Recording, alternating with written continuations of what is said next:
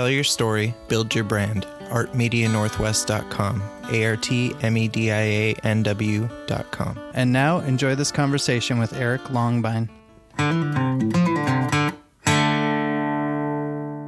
All right. Eric, thanks for being on the podcast. Thanks for having me. Awesome. So we're here with Eric Longbine from The Heritage. And you play dobro with The Heritage? I do, yeah? and guitar, yeah. And guitar. Awesome. All right. Can you tell us about how you got involved in music and sort of where that started in your younger years? At the younger years? Yeah, the younger years. So obviously remember like being a kid and having your musical toys. And the one that I always remember out of all my musical toys was, I don't know if you probably remember these. They were those little record players with like the plastic. Oh, yeah. Like those thick plastic like Disney records. Yeah. That was like my first musical anything, like piece of gear, but I remember loving that thing. Like I would not put that thing down. So that was my first musical toy. Okay. And then as far as playing, like seriously learning an instrument, it was fourth grade. I picked up playing violin. Nice. And that was my very first learn to read music instrument. So did that for that year. And then in fifth grade is when you could start band in public schools. Okay. And it was the junior high teacher from Five Oaks Middle School where I went, who was also the elementary teacher at my elementary school. So for fifth and sixth grade, I was there and I started playing. I really wanted to play the French horn because I thought it looked super cool. And then that got vetoed because I didn't have the right lips for it. So I became a trombone player. Wow. Not against my will, but that's where he steered me to. So, playing with a band, like a concert band, that was my instrument. Wow. And so I did that for 5th, 6th, 7th, 8th, 9th grade, 5 years. Took lessons, was really into that, and then didn't have band at the high school I went to. So I grew up a couple blocks away from Aloha High School here in Aloha, Oregon, Beaverton area, who had an awesome marching band. Yeah. But I ended up going to see Mason, the Arts and Communications Academy for photography is what I did back then too. Wow. So I just wanted to do that more than playing the band. That's like the only regret I have about not going to larger high school is I didn't get to do that. Wow. Don't care about anything else. Right.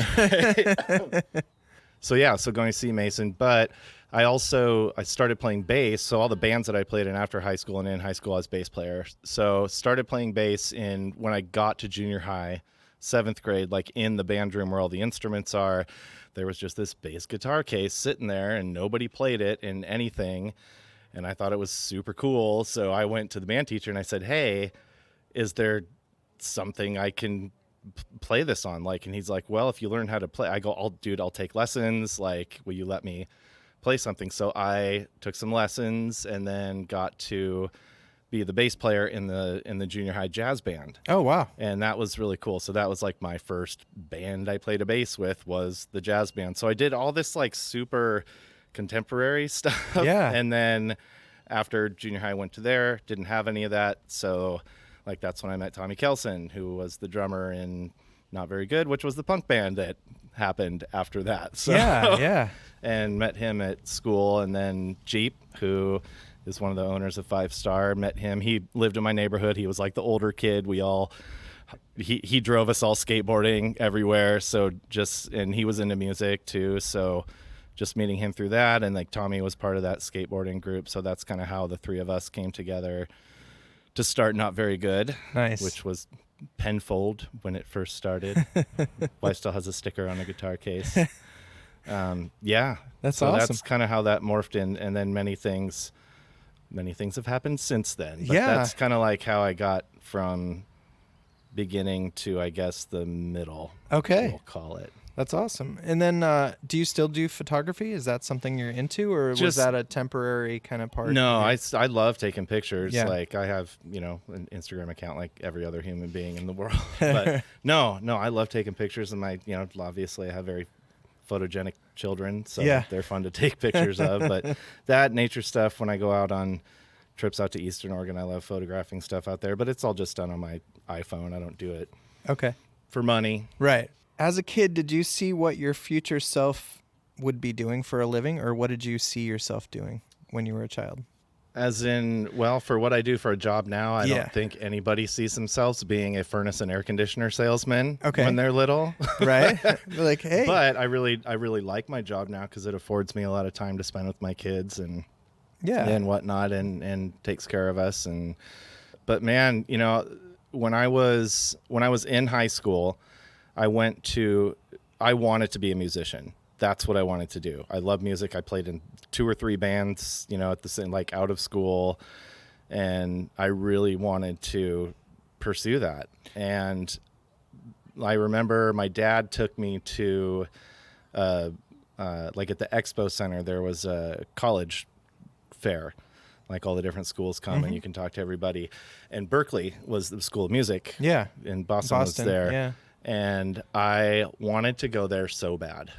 And so my dad was not into that, was not super supportive of me doing music for a living at that age, which now that later on in life, he likes to tell me, I'm so proud of you that you went touring and got to do all that stuff when you were younger. And I'm just thinking, like, why really now? Like, you could have been a lot more proud of me if you would have sent me somewhere. So that was kind of a bummer. And well, Berkeley's not cheap, you know. And well, he that wasn't the issue. Okay, and 1 out of 5 people that go there graduate. Yeah, that could be because by the time you're through your first year at Berkeley, you're so good, you're already kind of at pro level. Sure. So. Hey, a lot of awesome bands have all met there, and then they get 2 years through school, and they're sitting here getting a record deal, and it's like, okay, I'm done. Like, I came here to accomplish my goal. But, you know, just not getting the chance to... That's tough, yeah. To do that was kind of tough. So I just wrote angsty punk rock songs for the next 15 years. Yeah. And Not Very Good was the name, but your band was very good, I think. We were okay. Yeah. It was fun. A lot of fun. Definitely. A lot of energy. Lots of energy. Yeah. That is true. And Jeep, you know, throwing his guitar around and everything. That was always fun. Yeah, he did the shoulder swing. The swing, I remember that. God. The day he got a cordless. Like the happiest day of his life. I remember when he caught the guitar because it came off of the strap at one of the shows. Yeah. I was just like, that flame guitar. Do you Yeah, remember that I remember it fondly. I love that guitar. So how important is music to your life at this point in your life? Music in general is very important. Like, I still listen to music constantly. I have a very large spectrum of what I listen to. If there's questions about that later, we can dive into that. I'm sure we will. I won't divulge, but I'll be honest if it comes up. Yeah, no, it's very important. You know, it's important for my kids to, and I was telling you before we started here that Xander's like getting into piano, and but they've got ukes and not so much quite ready for guitar, I don't think. But it's important for me that, you know, Jenn and I are both have such a deep musical background and spent so much of our lives doing that it's important that they, you know, it's one of those things like if your dad was or your parents played sports, right, like you're gonna play that sport. Yeah, you know, like you've got the genes to do that. So, you know, we need to nurture that in them. So that's important. As far as me playing music, we're not doing a lot of it just because we have a 18-month-old little girl, right, and everybody in the band has kids, or they're living in Morocco for 3 years. Right. So everybody's kind of been gypsies, you know? Yeah. So, I mean, I really miss being up on stage. I love performing, and, you know, the Heritage, we really only played like maybe 4 shows, you know, all the recording we did, and we've gotten a lot of accolades and stuff from that, but haven't really played much out. So I really want to, you know, get the band back together. You know, it is important to me, but we just have to be, you know, being parents and having little kids, it's like you got to be at a place where you can make time for it, and like not just to do it, but to commit to it and make sure you're doing it well. Where it makes sense to do it. Yeah. I don't want to half-ass 2 things. I want to whole-ass one thing. There you go. A wise man once That's it. How many instruments have you played over the years? You went through, so it was French horn was one of them. Well, I never got to play French horn. No, not French horn, trombone. Because my lips right? weren't right. Yeah. Wrong lips. For wrong lips. Violin, trombone, bass guitar, the dobro. Now that Jenn bought me and said, "Here, learn how to play this," which is cool. It's really fun. Yeah, it is. Like stand-up bass, I think that still counts as bass, even though it is a little bit different of an instrument. But yeah, I can play the ukulele a little bit. Yeah. I can play a little bit of piano. But mainly, the guitar and bass guitar. I can still pick up the trombone and you played it for a lot of years. Make sounds with it that sound good. Okay. So I don't know if I could. I haven't read music in so long because I was always except in school playing trombone. Like we were reading sheet music. You had to. Yeah. But when I switched over to high schools and I didn't play in bands anymore, I stopped reading sheet music at that point. So everything that we did and all of the bands I've ever been in has always been just by ear. Okay. Really. Well, what's funny is because, we talked about this story before of Ken's barbecue and Eric, at that point in time, I felt like I was a pretty good guitar teacher and I learned stuff for students all the time by ear and Eric was there and you could say any song name from any era, any decade, and if he had even heard it before, he could play it in the original key. He just has an ear that you wouldn't believe. So it really pissed me off, and it was extremely humbling. It's like. So, anyways, this is the that barbecue. means a lot coming from a really good guitar teacher. So. I mean, even if it's just power chords, but it's still power chords in the right key. Yeah. So no, I think all of that. And the intonation, power chords, intonation, it's all there. It's all there. Yeah, it's good stuff. And it was like you're like I think there was even a U2 song, and you were just like you started playing it, and you're like I don't really listen to this, but I think. Here you go. So I was thinking about this the other day, just the way that I think about music like that. Yeah. Somebody was talking about this, it's not a disease or a condition. It's just how some people can't picture things in their head. Right. And like when you learn that about somebody or somebody learns that about themselves, they're like, wait, you can? Like, how do you do that? Like, what do you mean you can see pictures in your head when you think about something? And it's like, this I can think about, I know what a cup is and I know what a cup looks like, but I can't picture it in my head. Yeah, I think Kamina has that. Yes. Yeah. And Easton, one of my sons does too. Says he does. He's 8, so I'll take his word for it at this point. But I always wondered that about music too. Like some people can fluently read sheet music, like virtuosos. Yeah. But can't do stuff by ear. Right. So I just wonder if I see, because when I think about, I'm very vivid in my head. I can see things sometimes I don't want to see when I think about something. Okay. So I don't know. I've always wondered if that translates over. Could. To that. Like when I think about a U2 song, I see U2 singing the song, that's the picture in my head is always somebody playing it, Interesting. So, I don't know. That's cool. Just, I like that. There could be a whole science. I don't remember the original question, but that's where I went. You learning music by ear. Okay. Yeah.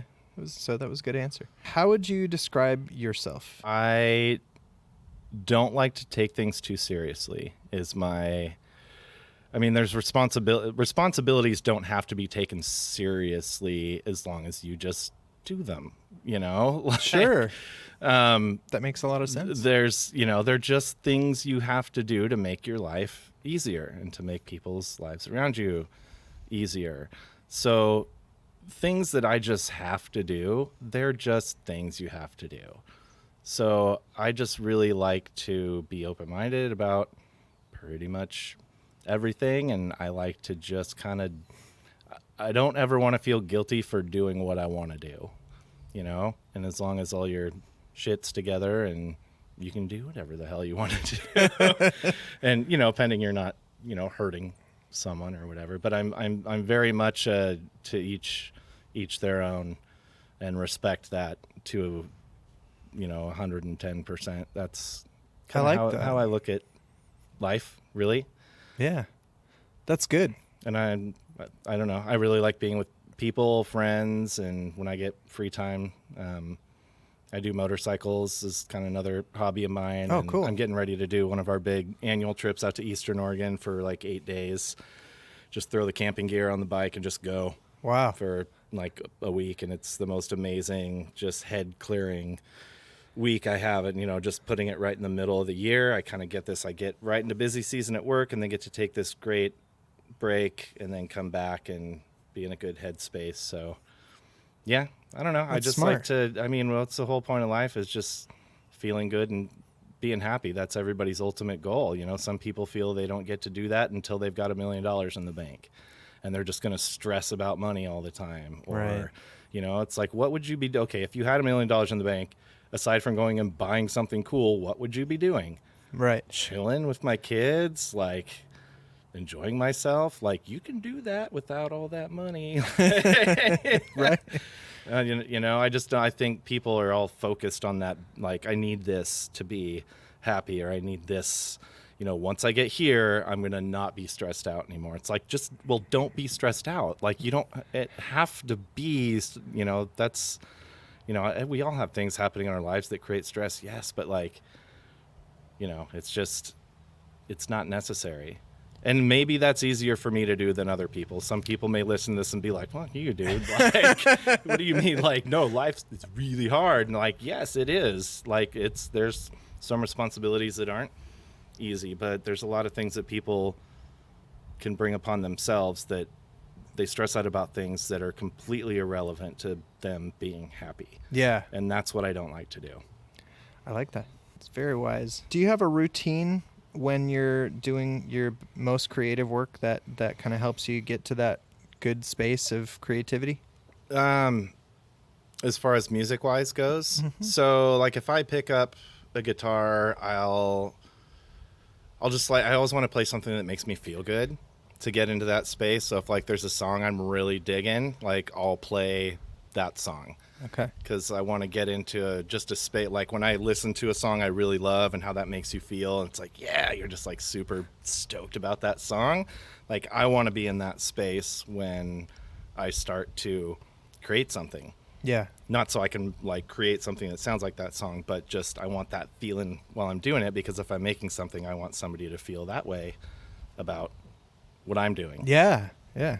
That's awesome. So, yeah, just getting something that you're digging on and kind of going off of that. What tips or advice would you give to aspiring musicians or people that are trying to get into create something creative in their life? Just do it, man. Don't be afraid about putting something out there or what the hell people are going to think about it. That's the thing. Find something you love that gets you in that space, and when you're in that space, just make something. Just make the first one. Get the first song, record something, record a song that you can go back and listen to your stuff. Yeah. And the first time you do that, you are going to hear a lot of things that you've never heard before and a lot of things you love. And you're like, dude, I played that. That's awesome. Like, and those are the kind of things you're going to kind of know.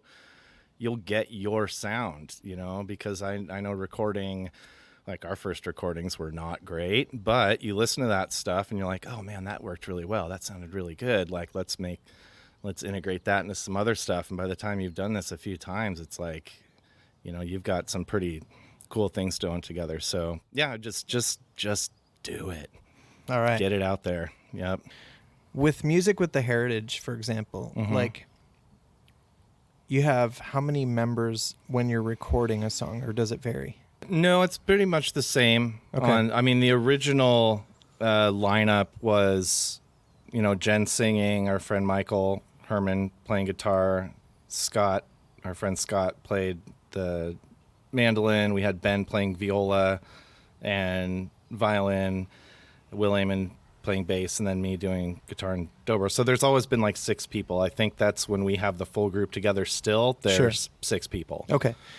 So then hearing parts when there's 6 people inputting sound, and then hearing how your line fits with everything else. How do you come up with that? So with the band, the Heritage now, Jenn and Michael, even though Michael has not been in the States for 2 or 3 years, they're still like songwriting partners. Yeah. So they'll write. She'll write the words.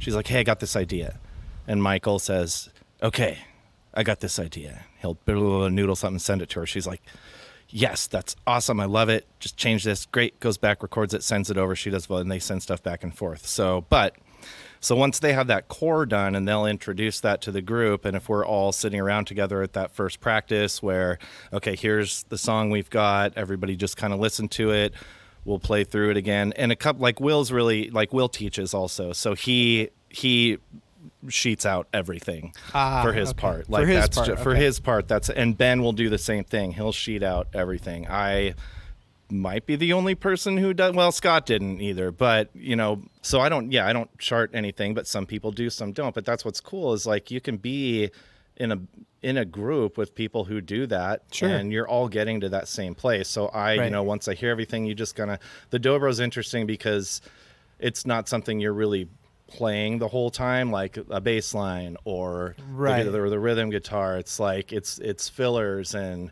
I guess that's my question, and picking, and it's just kind of, so you do kind of have to pick your spots. Like you don't want to play over somebody. And it's interesting because this is the first band I've played in playing that kind of instrument where I'm not constantly doing something for the whole song. Right. So that's been probably the biggest challenge. But with this is finding those spots, those little pockets. But you take input from everyone else. Like write too much. Right. I'll write, almost write the whole song and then decide what to take out. Okay. As opposed to, I need to find something else for this little part. Even if it's just like holding a note and then sliding up to another note because it may fit with what other people have, when you hear the other pieces that come in from everybody else, where the chords, that may go really well, or it may be totally overlapping somebody else's little noodle they need to do. So, well, it almost reminds me of like going back to the horn, the trombone parts. Like trombones don't play all the time during every song, right? So that all of that experience probably almost helps you filter like where this, and listening to music, I'm sure, right? Yeah, I mean, once you've played in like a concert band with a flute section and a saxophone section, trombone section, and you hear where these different parts fill, or how it's basically when not to walk over someone else.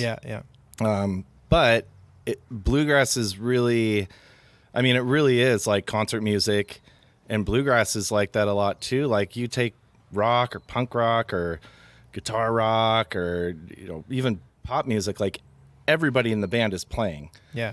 There's not, solo, there's guitar solos, but that's just everybody else is still playing while that guitar solo is happening. So it's, bluegrass musicians, good professional bluegrass musicians, I have probably more respect for now being in that pseudo genre for the ear that these people have. Yeah. And dude, it's just blows me away. Like there could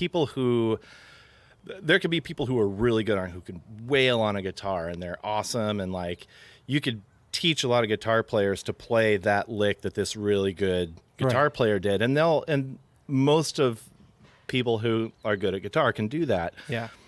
If somebody said, here, learn this song that Jerry Douglas just did, I'd be like, I'm not even gonna bother trying, because I am not like the dobro virtuoso genius. Jerry Douglas is the guy. I'm comparing it to like the Jesus of dobro, but still, my point is, like everyone's a virtuoso. Yeah, that are just beyond talented. Yeah. And it just and the fact that like when these people come together, even people in bluegrass world that have never played before, hey, let's play this song. Right. And it's like they're all going to come in, and not once is it going to sound like somebody's playing over somebody, and just their ability to do that, like, it is just amazing. Yeah, to navigate that whole yeah.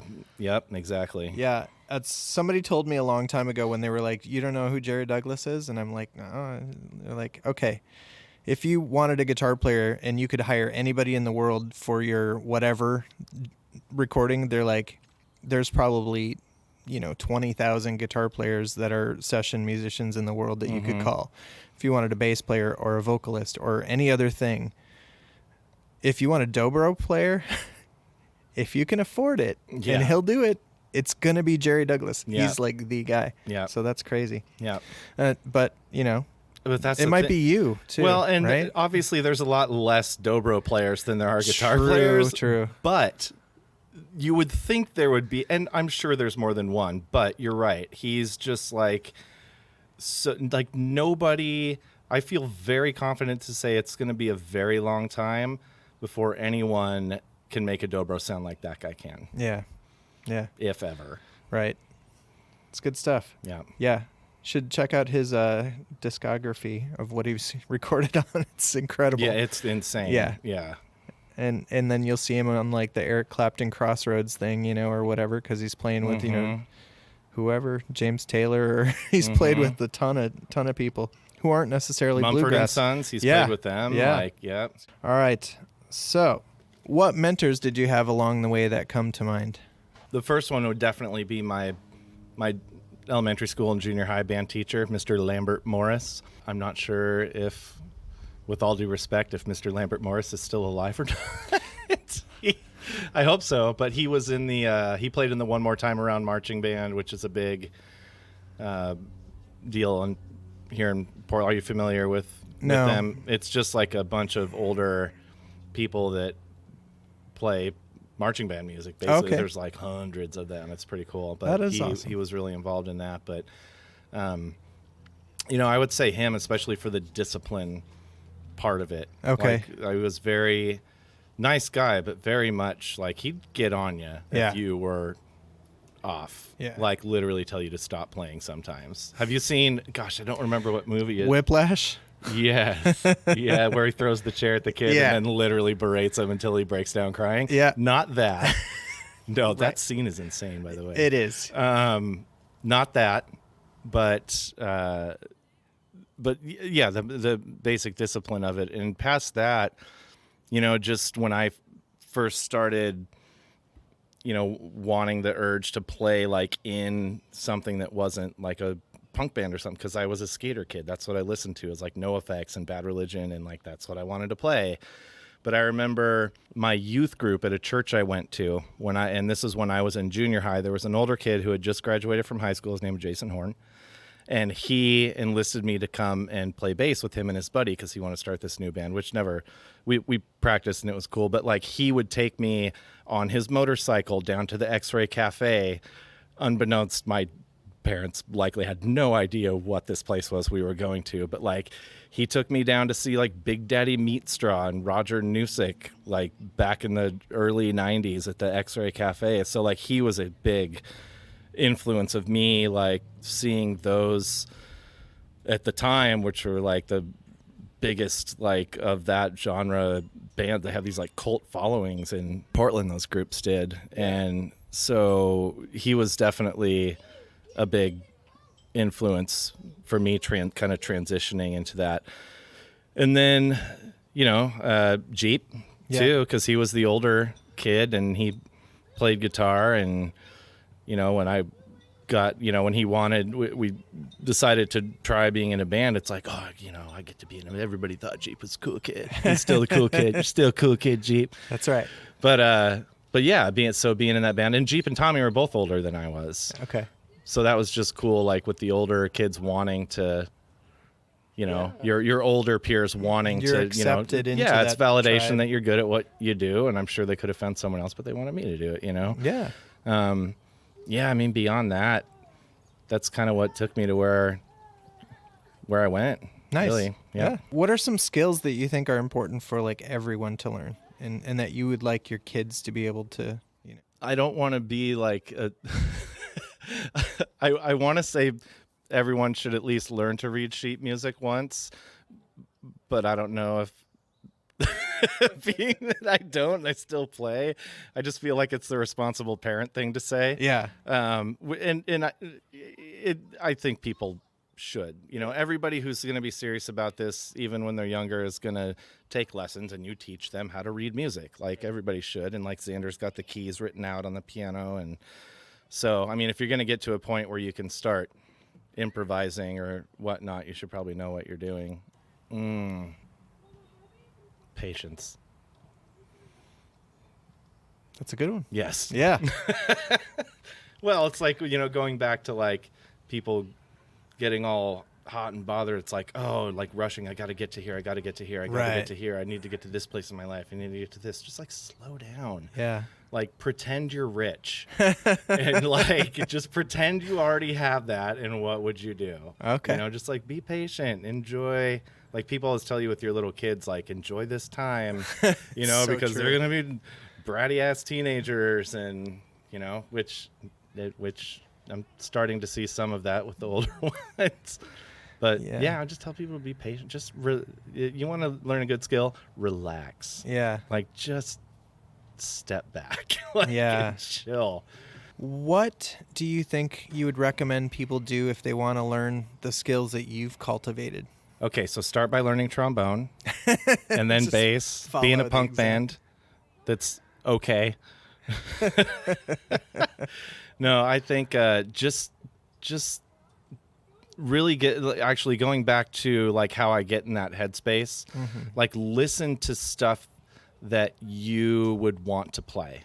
The way that I do that is like with my new favorite bands that I have, it's like, man, the music that gets me the most excited are the bands that I would love to play in. Okay. Yeah. Does that make sense? It does. Yeah. So like if I like Tall Heights, I don't know if you ever heard of them. They're one of my favorite groups now. And like, I would just like love to be on stage playing with that band. Okay.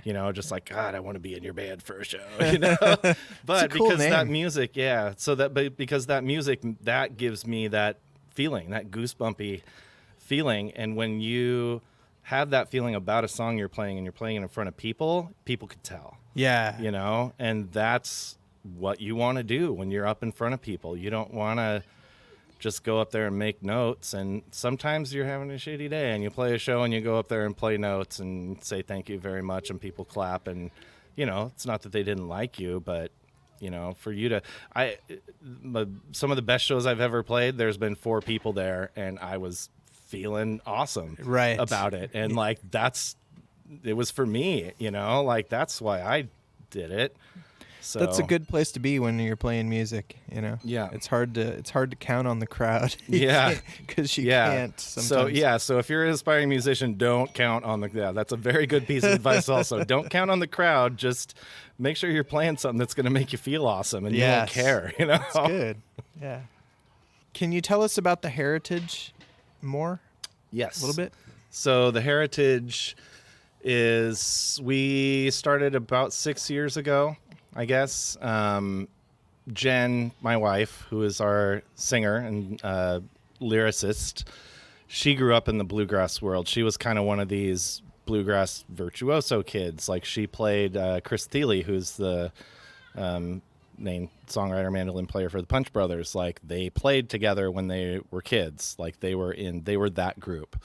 He just stuck with it. She went off and did other things, but so she wanted to get back, and she played like in Groove Yard, which with our friend AG and some other friends, and which is kind of like a funk blues thing. I did punk rock, so she shied away from that. I was never there.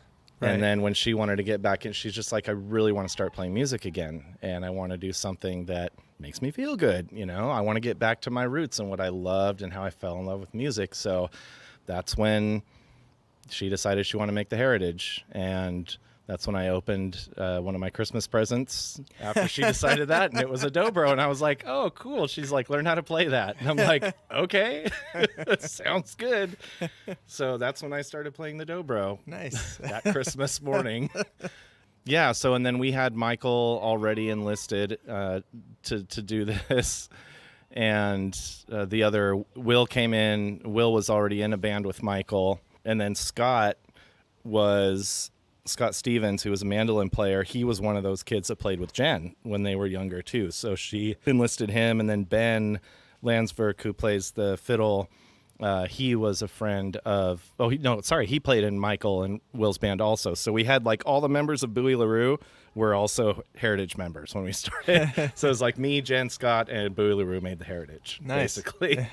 That was the original lineup, which is, other than Michael and Scott, everybody's still the same. So, we wrote 8, 9, 10 songs, I think. We did a couple shows. We did some Christmas benefit shows at the Aladdin, and it was great. Always super well received. The recordings that we did. So Jenn's a voting member on the Recording Academy, so she gets to submit things, and she submitted some stuff that got fairly far in the voting process. That Americana Roots category is where she had submitted that. But we won that John Lennon, the country category for the John Lennon Songwriting Contest. Which is amazing. That other live song. And then she won American Music something other award she got for songwriting for that song too. So that's definitely got some, for playing 4 shows, we've had some good things happen recognition wise. Yeah. So, but that was kind of the plan from the get-go, was just more to record and get the music out there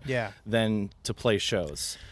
Yeah, being a live band it's a different thing, and I would guess in the bluegrass world it's even different than it is, as a pop cover artist or whatever, blues or rock. Well, with the bluegrass, I mean, there are bluegrass musicians that travel and tour regularly, but and most of them it's festivals. Yeah, it's all these, because bluegrass festivals are huge. Jenn's mom was on the Northwest Bluegrass Association Festival for years and years and years. That's how she got into that.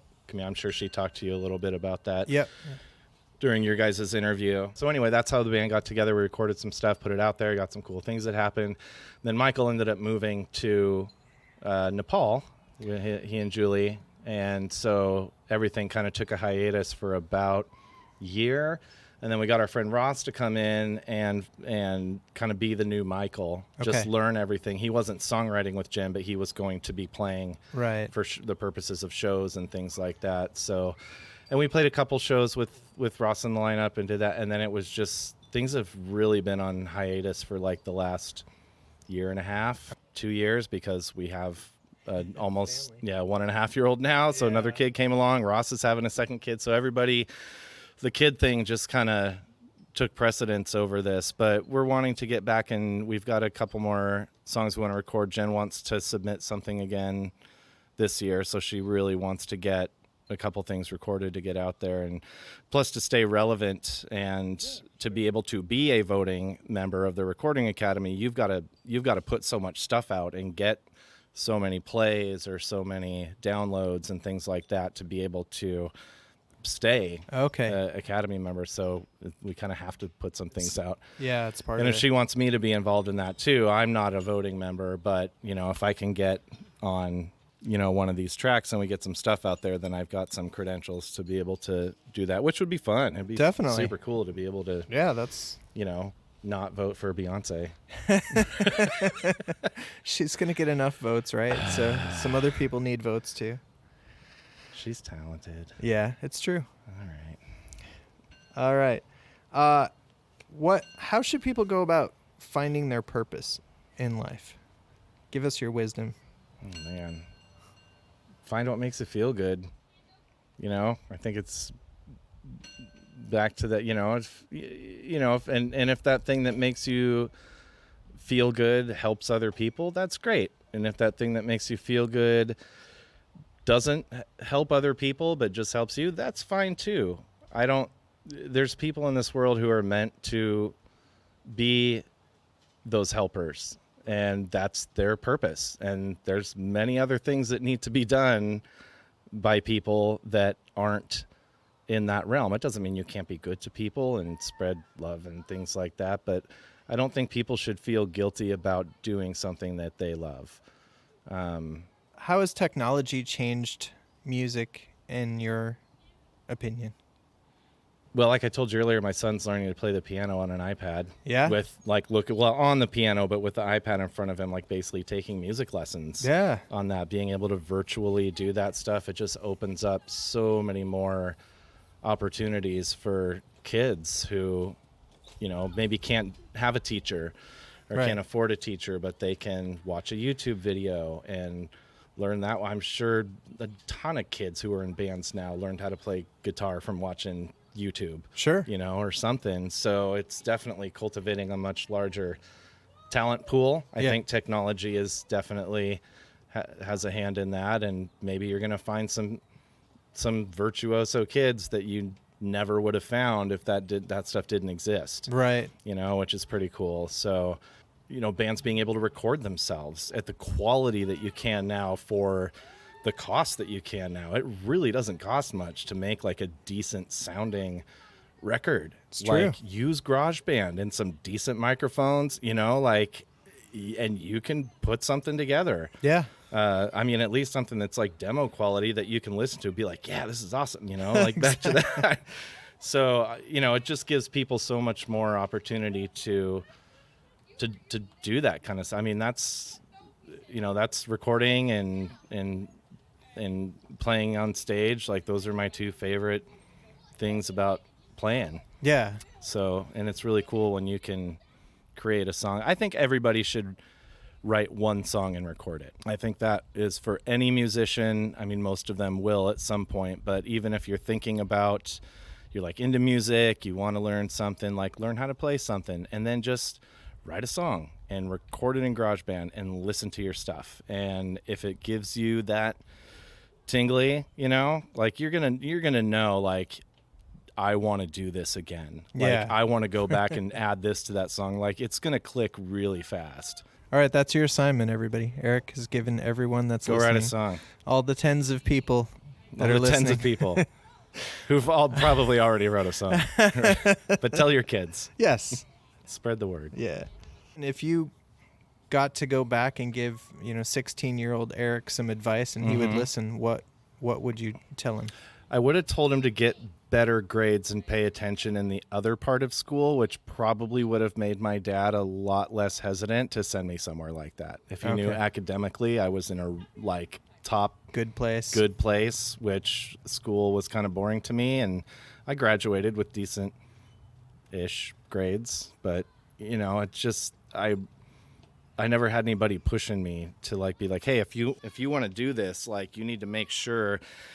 And like, going back now and telling people, study hard, kids, but it's like, study hard because it's going to make everything else you want to do 100 times easier. Yeah. It's just one of those things, like going back to, sometimes we have responsibilities and sometimes they suck, but like, look at the big picture. Like, I'm doing this so I can enjoy this. Mm-hmm. And if you're looking at it that way, you're going to enjoy that thing you're doing because it's getting you to that point.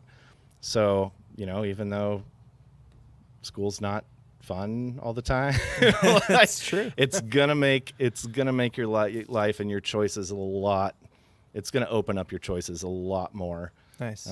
So just don't close the door on something because it sounded boring at the time. It's good advice. Hard to take, though. Yeah, it's hard to live up to that. It is. Yeah, I didn't do it. I didn't either. How have you learned to overcome adversity? Man, listen to my wife.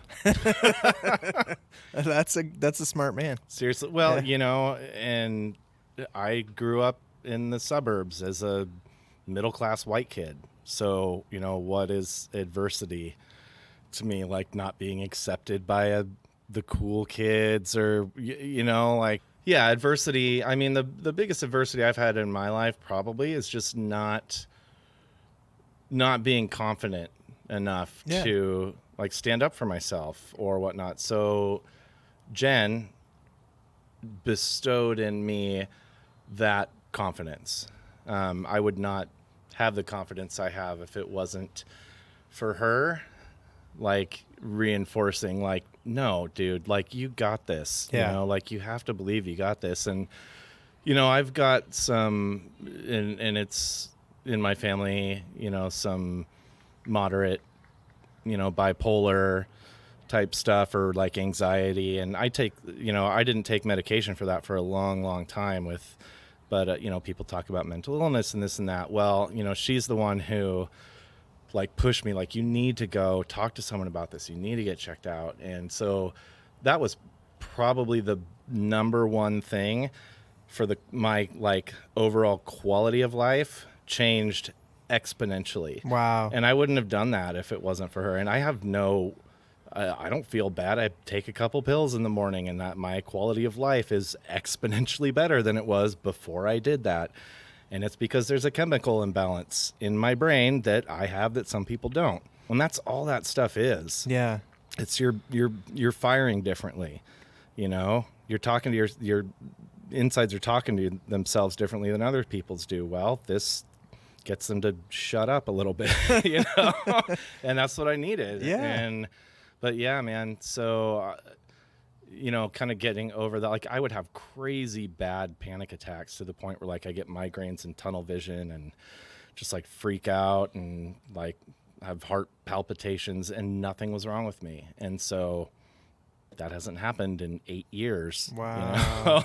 That is a big so difference. As far as like, I would say, don't be scared to get help. As far as any kind of help, you know, that was huge. Yeah. Huge for me. So that's awesome. I'm glad it's working like that. Yeah, that's great. That's awesome. I'm happy. How many hats do you feel like you're wearing on your busiest days? Like, you're a dad, you're a husband, you work, you're a friend, you're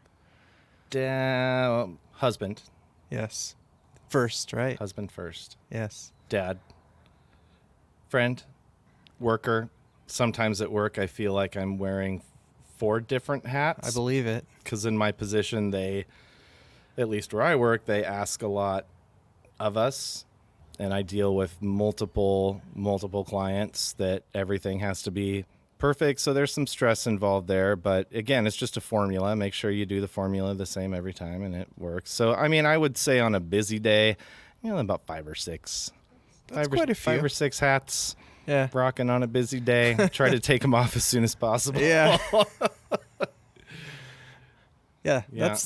That's yeah. I mean, it's interesting, isn't it? How our lives, you know, I think a lot of times people are like, oh, well, they just do this or whatever, you know, that's just their job, or they're just, you know, they got a couple of kids or they got a few kids, or, you know, but there's a lot that goes along with that when you're putting yourself into it, you know, and so I think it's important, you know, I just think it's like they're all important, yeah. You know. Well, your kids need to have that sense of normality too. Like, yeah, their lives can't be all over the place, or your life's going to be hell. Like, they need structure. Yes. So that takes a lot of precedence over kind of how you operate the rest of what you've got going on when you've got kids. I mean, if that's important enough to you, or something that you feel is helpful when you have children. We do. Our kids have always been on the schedule. It's always about schedule, and it makes our lives a lot easier. Yeah. Yeah. That's smart. Yeah. What can musicians do to promote themselves in a better way during this current environment, in your opinion? That's tough. It is. That's tough. I mean, That's why I'm asking you. Yeah. I mean, when I was out there, it's like we made flyers and went up and down Hawthorne and took a staple hammer and put flyers up. Like, that we didn't have, you know, MySpace was the first thing we have, and everybody had their band page on MySpace. Yeah. And now you've got Facebook, and you can have an Instagram, you know, a Twitter for your band. Like, you know, I work with some other organizations that have a large social media presence. I'm a big Trailblazer fan. I work with one of their fan organizations, but we have like Twitter and Instagram, Spotify, we do a podcast. And so there's so many avenues out there that don't cost anything. You just have to do it and be diligent about it. People need to see you if you're really serious about using those platforms, and they're there and everyone uses them, so you should. But you gotta post. You have to have content, constant content.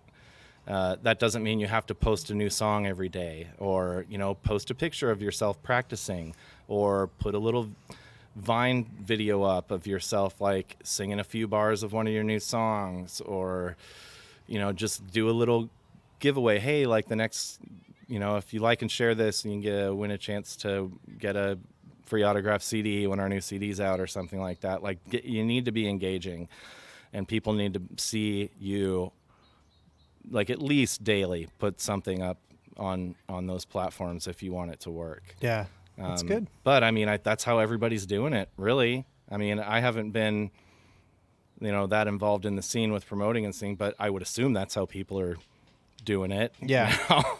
But then you've also got like your local guitar shops too.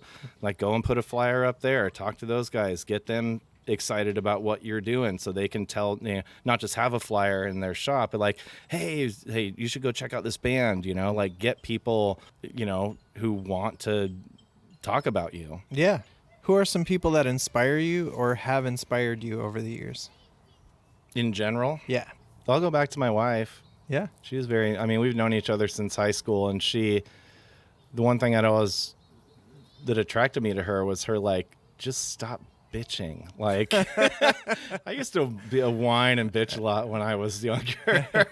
and by younger, I mean like in high school, and roughly after high school. But she was the one, it's like, she would, and when she sees anybody, it's, the whole complaining about this, or like, man, just take a step back and get some perspective, like she was really the first person I think of in my life that really made me think about that. Yeah. Like, dude, just why do you care? It's funny because a lot of us do. We care about so many things, or we let them affect us so much, when it's like should be a little bit outside of the realm of what we really are focused on. Yeah, that's hard. Yeah. It's hard to play music in front of people if you're worried about what they think about what you're doing. Very hard to do. Yeah. Yeah. That's why you have to really just love your songs. Yeah. And then you won't give a shit. When do you feel most creative? Any certain time of day, certain time of year? Probably, at night I do. That's kind of like once all the kids have gone to bed and I just kind of get my chill time. I need to not have 3 small people running around like wanting to also strum the guitar when I'm playing it, which they do. Yeah. Yeah, so nighttime generally, that's when band practice would always happen, would be at night, and have some beers and chill, and band practice still happens at night when it happens. And so, yeah, I enjoy that evening time of day. As far as the time of the year, if it's, fall has always kind of been my that transition into I like the sounds that kind of give me the fuzzies, or those more like the happy notes, but with a little bit of a minor in there, just enough to make you a little sad, but still feel like happy tingly, if that makes sense. Perplexing. It's a little perplexing. Yeah. I like sad songs with happy notes. Okay. Does that make sense? That does make sense. Okay. That makes more sense. Okay. Yeah. So, but that also kind of, I feel like going into fall, it's a transition period, and winter can be cold and chilly, but it's still very beautiful. I love that. That's great. Can you tell us about your current projects or any future projects, ideas that you have, or anything like that? Or is that a top secret? No, not really. I think I kind of touched on it earlier. We're going to record a couple new songs and try to get something submitted and at least released. Yeah. So I think we wanted to try to accomplish that by fall. Okay. I think there's some kind of deadline for submissions or something like that. So, and we actually recorded, Scott actually has recordings of a lot of stuff of at least one of the songs we want to record. So a lot of the tracks are there. We just kind of have to go back and maybe tweak a few things and whatnot. So cool. So we'll get something out before the summer's over. All right. Other than that, Michael and Julie may move back here. I think it's a little bit easier to do this when your main people can be in the same room. So until that happens, I don't know if a lot of stuff's gonna go on right or not. A lot of new stuff. Yeah. Okay. So we do a not very good reunion show. There you go. Hey. Could be. That might happen. Could be. What are 1 or 2 memorable stories from your music career so far? Oh, I got these. You got these. I have to tell the most memorable ones. So the one band that we didn't get to, that I played with for the second long, so not very good was the longest. So the Dolomites was the other Portland band that I played in for an extended period of time. That's the band that I toured with. We went out for a couple 2-month trips around the country a couple years in a row, and which was super fun. Played a lot of college campuses. That's kind of how we funded those trips, was over the wintertime or over the summertime, contacting these college campuses, and then they would pay us, like Clemson University paid us $2,000 to go and play on their commons while they had this big thing go on. And that funded half of our trip. We played at like the University of Alabama and like the Southern Mississippi, and Hattiesburg, Mississippi is an awesome, amazing town, by the way. The Thirsty Hippo, if anyone's ever down there, we played there multiple times. Those guys are awesome if it's still there. But anyway, so the first trip that we did, we had a motorhome, and it was a 1980, but Winnebago, that's what we were rolling around in. And we were about a month and a week into the trip, so we had about 3 weeks left to go. Have you ever heard this story? I don't think so. So we're in Detroit, Michigan, and we played a show that night.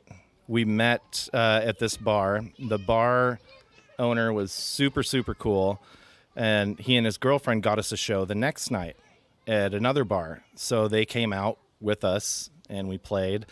And afterwards, he's like, let's go back to my bar and hang out and drink. And we're like, that sounds fantastic. So it's 2:00 in the morning. We're driving down the freeway in Detroit. Nobody's on the road. It's raining. I'm driving, following him, and he's going like 80, and I'm trying to keep up in a motorhome. He exits off. I follow. He slows down a little bit, but the light at the top of the thing was green. At the top of the off-ramp, there's, a four-way stop, and it was green. So he's going, and I'm like, okay. And so I literally looked away for about 2 seconds and put my head back up, and he was almost stopped. Oh, no. Because the light had turned yellow right after I looked away, and I smashed into the back of their car at about 35 miles an hour. Completely crushed in the whole front end of our motorhome. It ended up getting totaled. They were okay. That's good. Thank God I pushed them all the way through the intersection. But so anyway, we were stuck in Detroit for 2 weeks without a vehicle, living in an old like Polish community center that was super run down. We were in a not good part of town. Yeah, Detroit, like not good parts of Detroit.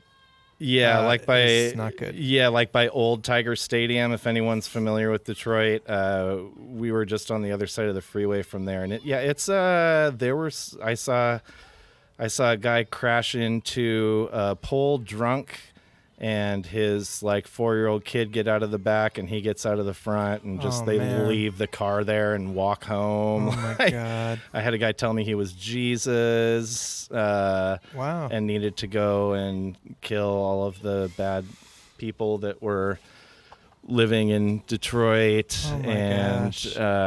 That was when I had hundreds of dollars in my coat pocket, and I was waiting for the tow truck driver to show up. Oh my gosh! Terrified that I was going to get murdered and robbed. When they told us the motorhome was going to be totaled, we didn't have a vehicle. So one of the guys who lived in this building that let us stay there, he's like, and they're like, if you want to come get anything out of the motorhome, come get it and take it before we take it off away. Boy. And so 3 of us went down to where the lot was, where it was, and this guy we were staying with let us borrow his car to go get this stuff. So we go there, load up the car, we're coming back.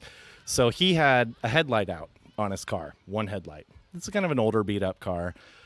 So my buddy Steve is driving, I'm in the passenger seat, one of our other guys is in the back.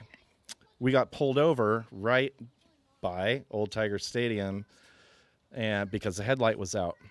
I didn't have my seatbelt on, and I kind of freaked out, so I reached up, and I was wearing a big black trench coat also, like a big navy pea coat, because it was like December. Yeah. So I grabbed the belt, and I pull it, and I can't find the buckle, and I'm like freaking out, so I'm just holding it down, so it looks like my hand's just kind of like down across me, right? Okay. And you're kind of picking up what I'm laying down here. And so the one cop, we're like, oh God. So the one cop comes around to Steve, knocks on his window. He's like, hey, buddy, you got your license on you and stuff? And he's like, yeah. And then there was this boom, boom on my window, and I look over, and this like 6'7" African-American, scariest, burliest looking dude has a gun pointed at me. Oh no. Put your motherfucking hands on the dash. And I was like, whew, instantly. Right. My mother effing hands were on the dash. Right. And I'm like, I didn't have my seatbelt on. I'm sorry. I don't have a car. Right. And so he's like, leave him there. And like, so they needed us to like find the registration, and like, we're like, this isn't our car. And the other cop's like, well, what's your story? What do you mean this isn't your car? So Steve begins to explain to them. He's like, look, we're a band from Portland. We wrecked our motorhome here. We just went to get our stuff. And the cop's like, whoa, back up. He's like, you're banned from Portland? Like, you guys have warrants out? And we're like, no, dude, we're a band, musical act. Seriously. So, oh my God, that was terrifying. You guys were well, in our cars, like there's a microwave sitting on the seat between us because we took as much as we could. So it looks like we just like looted someone's house and then tell them we're banned from Portland. You know? Right? Yeah. So that was kind of terrifying. That's a good story. But it's a good story afterwards, not during. Continuing the story. All right. No, it doesn't end there. So we were there for so long because we had to wait to get our insurance money so we could find another vehicle that was big enough for us to purchase that fit the needs of us continuing our tour. Right. So there just happened to be another band we met, another band that they knew was selling their tour vehicle, which is like one of those little TriMet kind of wheelchair lift buses, but they had it converted. So we ended up buying that from them. Our next show, which we had to get to because we had basically run out of money at this point from having to live in Detroit for 2 weeks, was in Minneapolis. We had to go through Wisconsin to get there. So we leave Detroit to get up through Chicago. We're going over in our brand new to us vehicle, and I heard like a pop, and Steve was driving, and then I start to kind of smell. So I'm like, dude, I go, you need to pull over. He's like, nope, we got to get there. I'm like, Steve, something's wrong. Like, you need to pull over. No, we're good. And then smoke starts coming out of the compartment there, and we pull over, and I pull the thing off, and the engine's literally on fire. Oh no. And one of the belts, the water pump belt broke, and so it just started to overheat and catch everything on fire. So we pull over. We're getting like Mountain Dew bottles, pouring them on the engine to put the fire out. Still fire. I was like, fuck it, get out of here. I'm going to piss on it. So like everybody gets out. Like I literally peed on the engine to put the fire out. I'm dead serious. And I didn't want our shit to burn. Like we didn't have like, that wasn't an option to like, no, we just got this thing. It is not burning to the ground. So anyway, it was not drivable from what had happened. We called a tow truck. They towed our new vehicle to a Ford dealership in Madison, and they're like, well, it's going to be like $1,200 to fix it. And we're like, okay, well, we got a show up in Minneapolis tonight we have to get to. And they're like, well, it's going to be about 3 days before we can get the parts and fix this. So we rented a U-Haul. Oh, wow. This is now the middle of December up in the northernmost part of the country. It's like 23 degrees outside. Yeah. So 3 of us could fit in the cab in the front. Everybody else had to ride in the back of the square box with all of our gear like huddled in there like refugees in blankets. Because it would be freezing. That was our vehicle. There's no heat in the back of that. Yeah, that was our vehicle until we got our van back. Wow. So we made it, and we played a couple shows and made our money. And then when our rig was ready down there, 2 of us took the U-Haul back, got that, brought the other one back up, picked everybody up, and had another show in Denver, and then just bombed home. Wow, we were so over it, dude. But that's rough. That whole 3 weeks was just crazy. It was crazy. Something it's character building, but it is character building. Please don't voluntarily go to build your character that way. No. But if it happens, you had that it. freezing weather too. That was a good story. Couple good stories. Yeah, I've told it a few times, so it always stays fresh. Yeah. It was crazy. I'm glad you guys made it through all that without worse things happening. But and then we went out and did the same thing again next year. Was that better? Minus wrecking the vehicle, yeah. Okay. No, but we liked it enough to do another tour. Man, so. Good on you for that, because I after my big tour, I didn't have the wherewithal to do it again. Well, it was just cool. That's the only way. When I was younger, I traveled with my dad. Like my grandparents, or my dad grew up in Nebraska, so we go back every summer and like go through Yellowstone and the Black Hills and the Badlands, and like I got to do a lot of that when I was younger. But there are a lot of like the South I never went to until I've never been, I was in this band. Yeah. And like go through Louisiana and Alabama and Mississippi, and like I loved it down there. It was killer. But living out of a motorhome, you meet like the people, right? But like Southern hospitality is definitely a thing. Yeah. I don't know if it's different now, like 18 years later. Things seem a little more divided. I'd be very interested to be back down there at some point, just to kind of feel if there's any more tension. Seems like there's tension, but the news, I think, is somewhat skewed sometimes. It's never as bad as people want you to think it is, who own those networks, so they can keep people divided. Right. And you find out that we're all pretty much want the same thing, which is when good. It comes down to it. Is creativity or skill more important, and why? You need to have a little bit of both. I mean, every person who is creative generally has a skill that they're creative with. Yes. So I would definitely say both. Once you have the skill, you can bend it to your will, the definition of creativity is being able to bend that, whatever your medium is, to what's that picture in your head or that song in your head or something, and how to get it to that point for you to present it like, this is what I'm thinking. Yeah. So definitely both. What are 3 things that you're grateful for? My wife.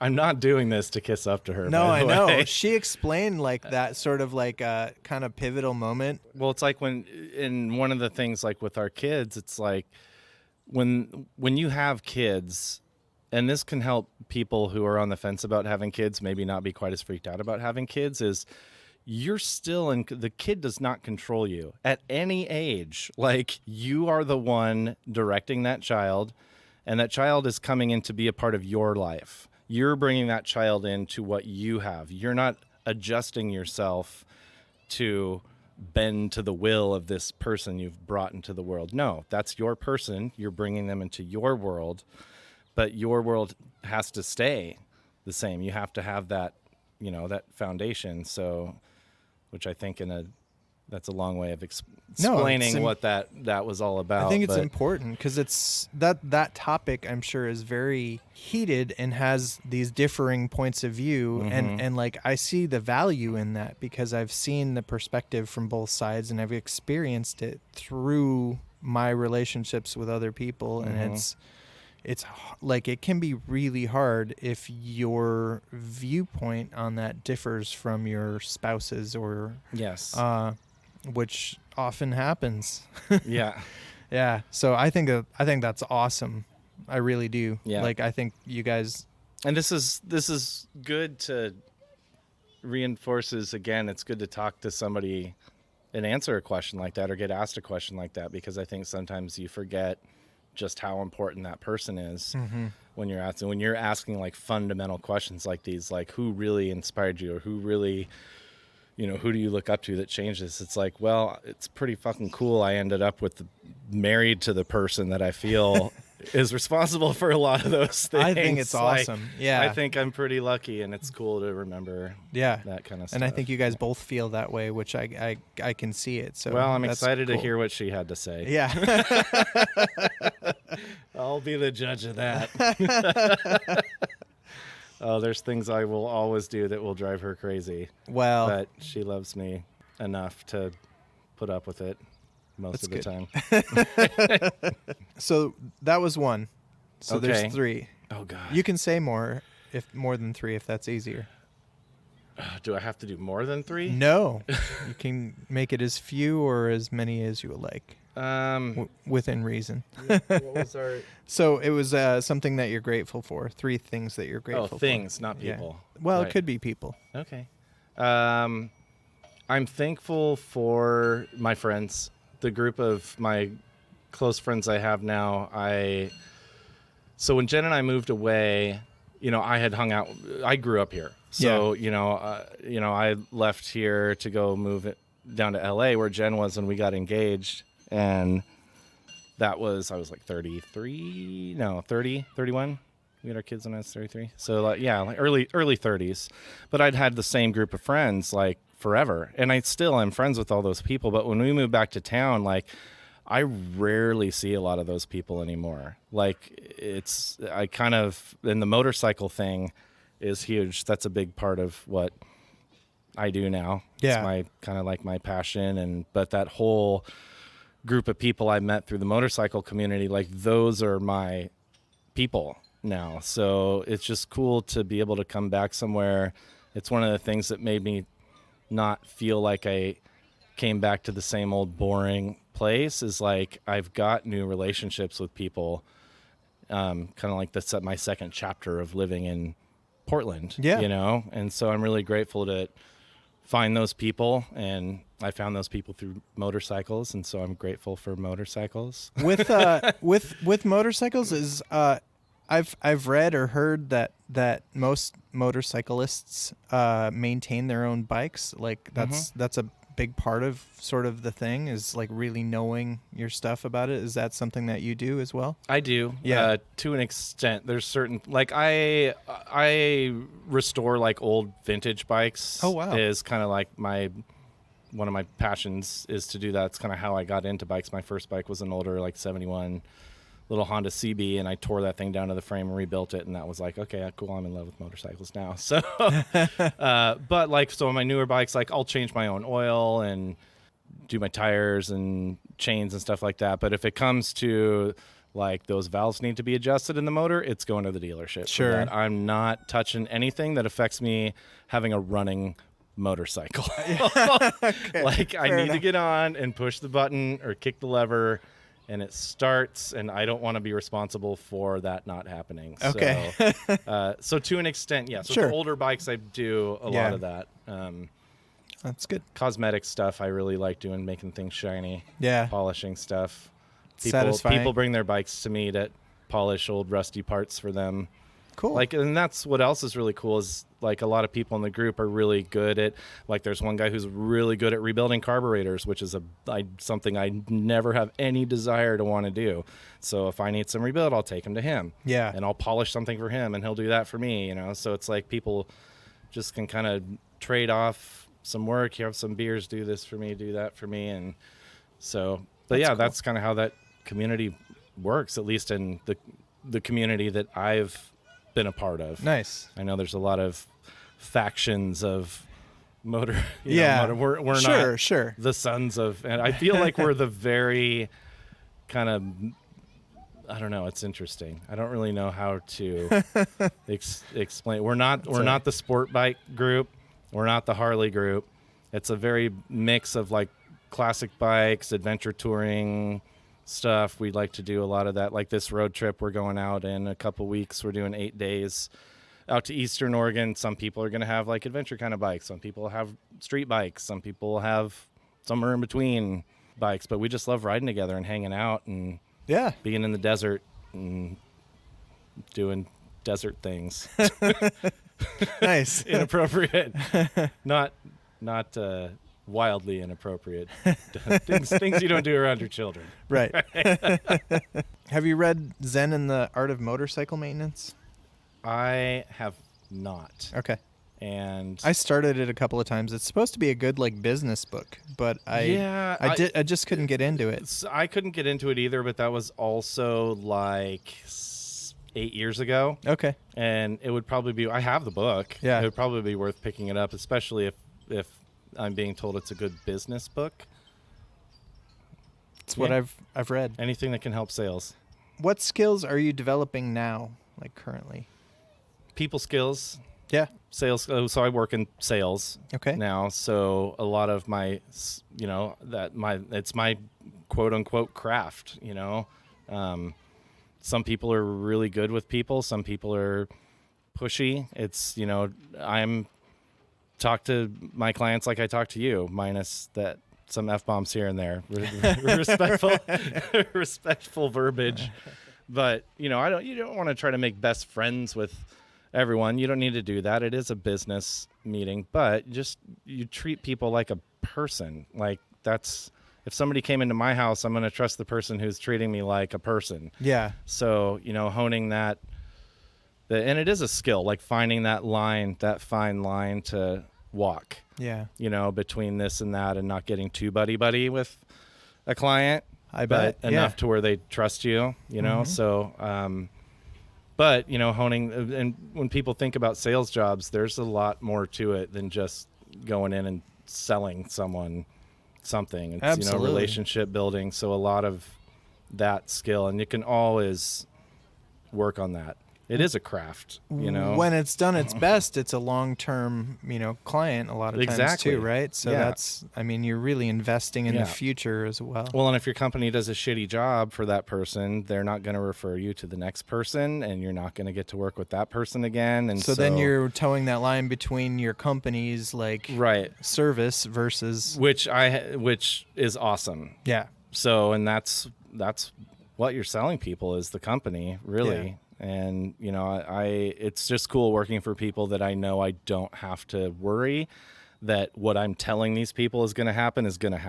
That's important. It's huge. Yeah. If anybody listening to this knows someone who is looking for a new job, find someone that has your back. Do not work somewhere. I'll say this. I've been there for 6 years now. And mistakes happen, and we talk about them between one department to the other. But I have never one time seen our owner in front of someone or with the door closed berate an employee. It's a conversation that happens because shit happens sometimes. Let's have a talk. Let's make sure it doesn't happen again. If you really did something bad, we're gonna ask you to leave now. Yeah. Yeah. They're just very.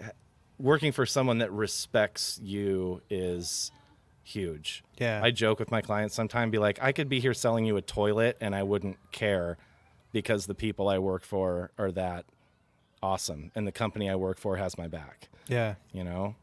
So. That's great. Yeah. That is really good. Any advice for listeners? Haven't I given enough sage advice you have. so far? You've given a lot. Advice for listeners. Go back and start the podcast over. And listen one more time. Nice. Okay. Get Give all the podcast of Eric's. a second listen. Yeah. Grab some friends. Get all of my... Build a little campfire. Build a little campfire. Write a song. It's good. Record it. Yeah, you have given a lot of sage advice, Eric. Yeah. I like that.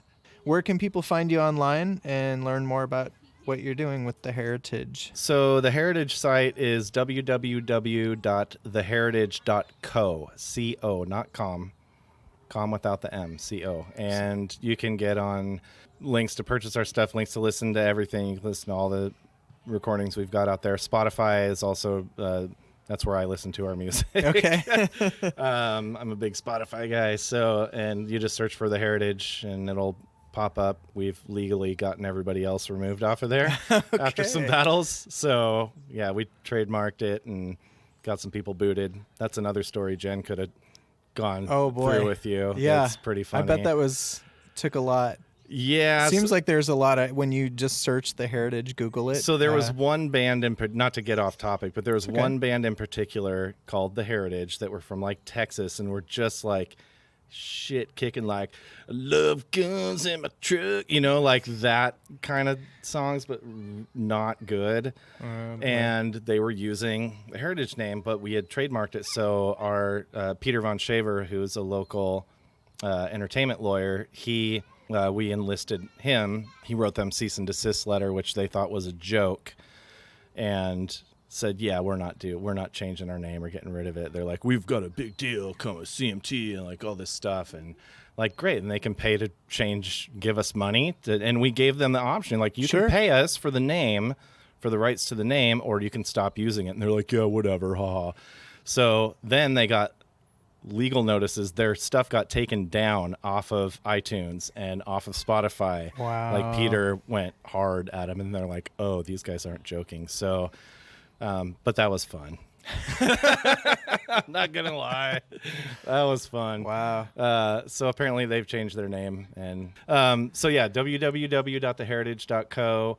My Instagram and Twitter are the same. It's Mr. Longbine, MR for Mr. and then my last name Longbine, just like it sounds. And on Twitter and Instagram, and my wifey's on there too. She told you hers. She did. Yeah, that's on hers. Okay. Yeah. Well, go back and listen to that one too. You can.